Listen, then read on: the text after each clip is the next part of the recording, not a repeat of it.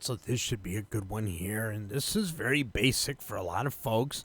All right, if we go here to the classroom, we're going to talk about the transport section. So if you look down here at the bottom of your screen, this is a fixed area of Studio One. You cannot detach the transport and put it on another screen. You can create something in the macro toolbar for that, and we'll get into that in a later video. All right, so let's start with the basics. Let's just start with the basic parts here that we're all going to be familiar with.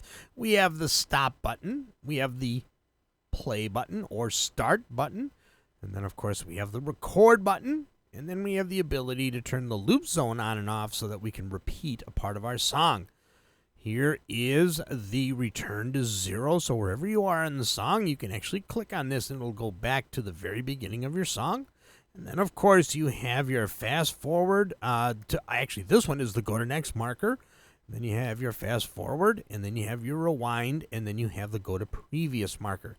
These two buttons are really, really great to be able to use here. And you can see that there's a Shift B command for the keyboard and a Shift N command for the keyboard for the go-to marker area.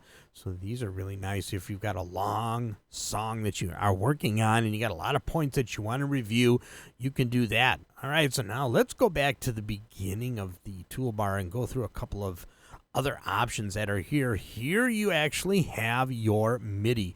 And you can see if I actually play my keyboard here, you can't see it there, but if I play my piano keyboard, you can see I've got MIDI data going in, and then I have MIDI data going out. Now, this is constant. This is normal. I have a fader port hooked up, and there's constant MIDI being exchanged between the fader port and Studio One, so that's normal. In this area right here, this is the performance, and you're going to see this is a small version of this.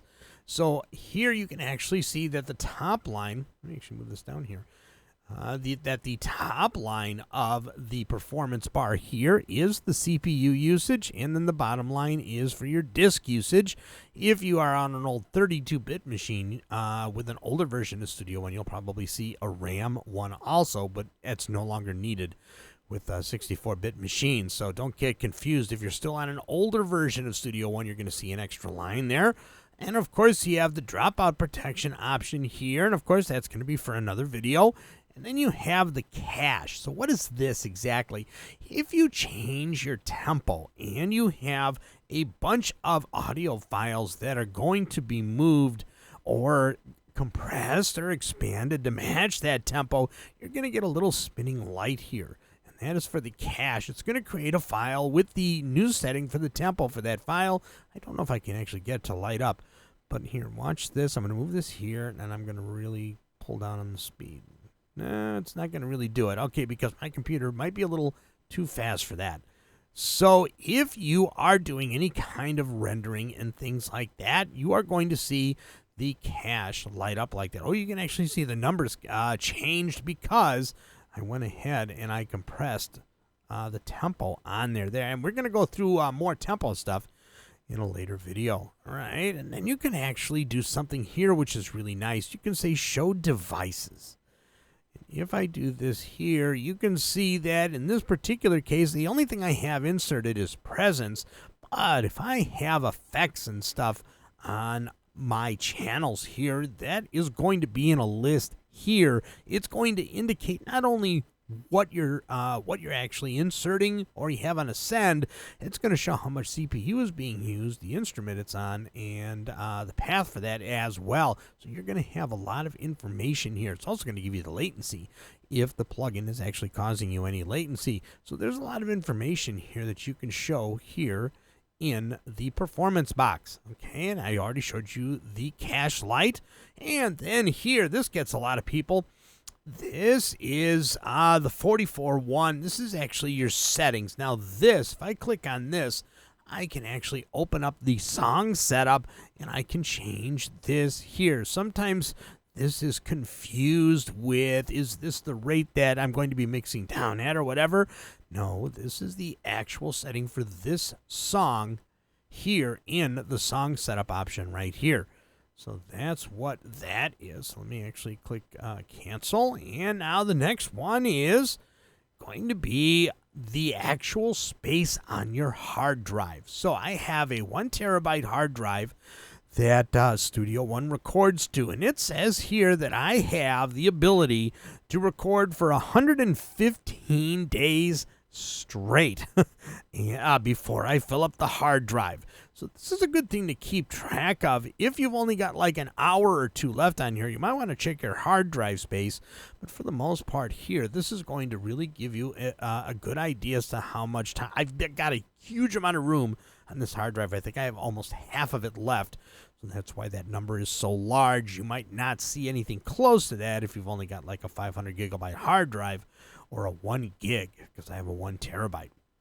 Okay, so now you have 2 counters that you can set here. You can set one of your counters. Let me actually go back out here and let me get to the end of the song here so that we don't actually hear something while we set these. So if I zoom back in, you can actually see I have the ability to set a seconds counter and a bars counter. So if I actually hit play, you can see that they are all moving just like that. I'm at bar 10, and so far I'm playing about 22 seconds into the song. So now the cool thing about this is that if I'd rather have the bigger one, I can actually click on this and I can say, okay, let's make this bars and let's make this seconds. There we go, and we can accomplish very much the same thing. And here's a little added extra tidbit here for you. If you actually want a big counter to be able to see what's happening, you would actually go up here to view, and then you would go down here to time display and click on that so you can see that the larger display is what this sets up. So there we go. I'm on seconds, and if I go ahead here and I change this to bars, this will change to bars. Just like that. You cannot adjust the size, which I wish you could, but it is big enough to put on a second or a third monitor if you really want to watch your beats or you want to watch your seconds and make sure that you're not recording too long. This is really good to have popped up. If you're freestyling a song and you only want it like, say, 3 minutes, you can keep an eye on it here just like that. All right, so let's see. We're all the way past the actual transport.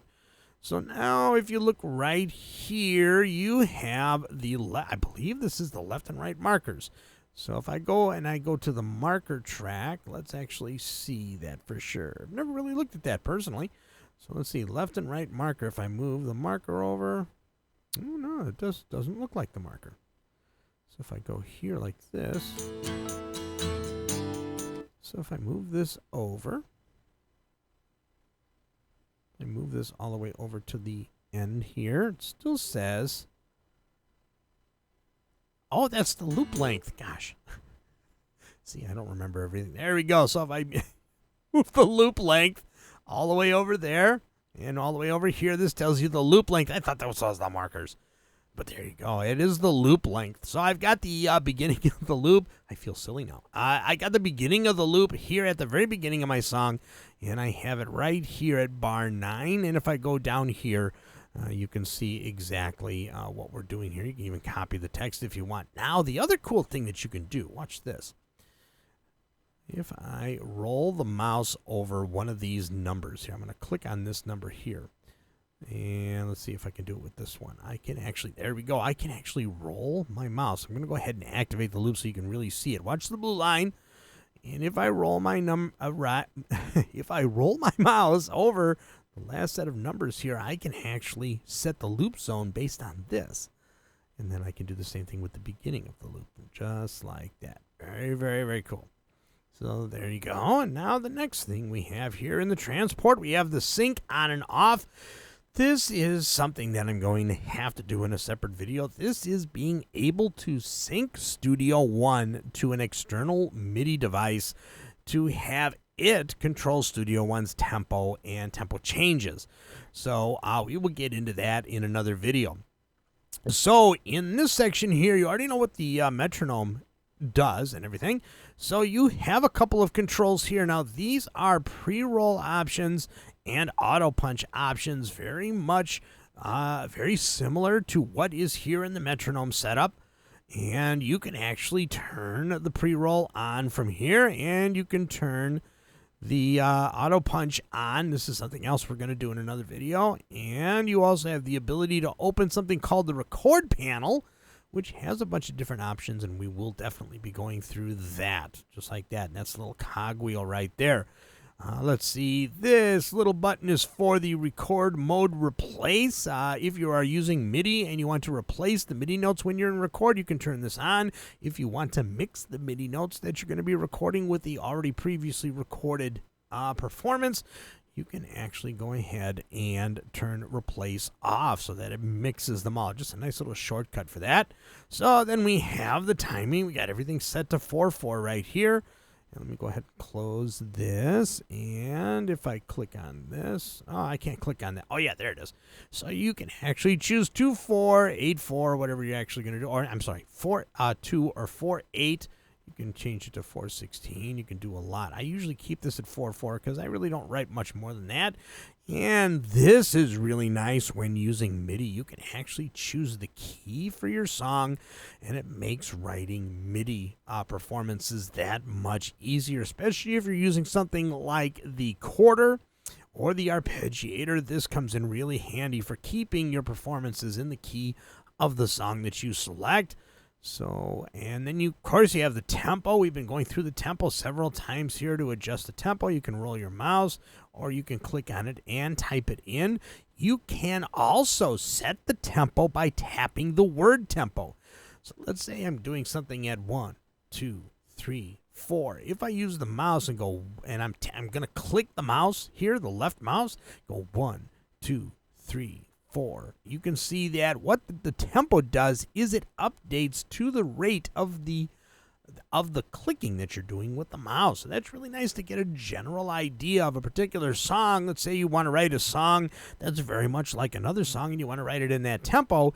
You can use the tempo, the tap tempo, in order to get that. So let's go see if I can hit 120. 1, 2, 3, 4. 129. 2, 3, 4. There we go. You can make that a drinking game too if you want to. Okay, so then here you actually have your master volume. You can control it from there if you want to. You can also control click to get it to go to 0. And then you have your actual audio output. So it makes it really convenient to access these from here, from the actual transport bar.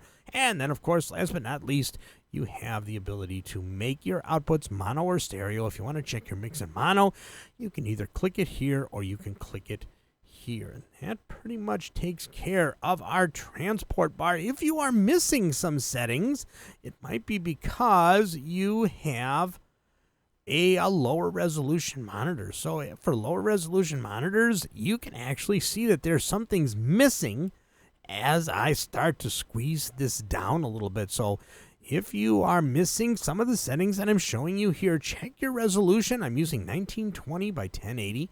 And you can actually adjust that. If you're on an older system, like, see, I can lose these completely here.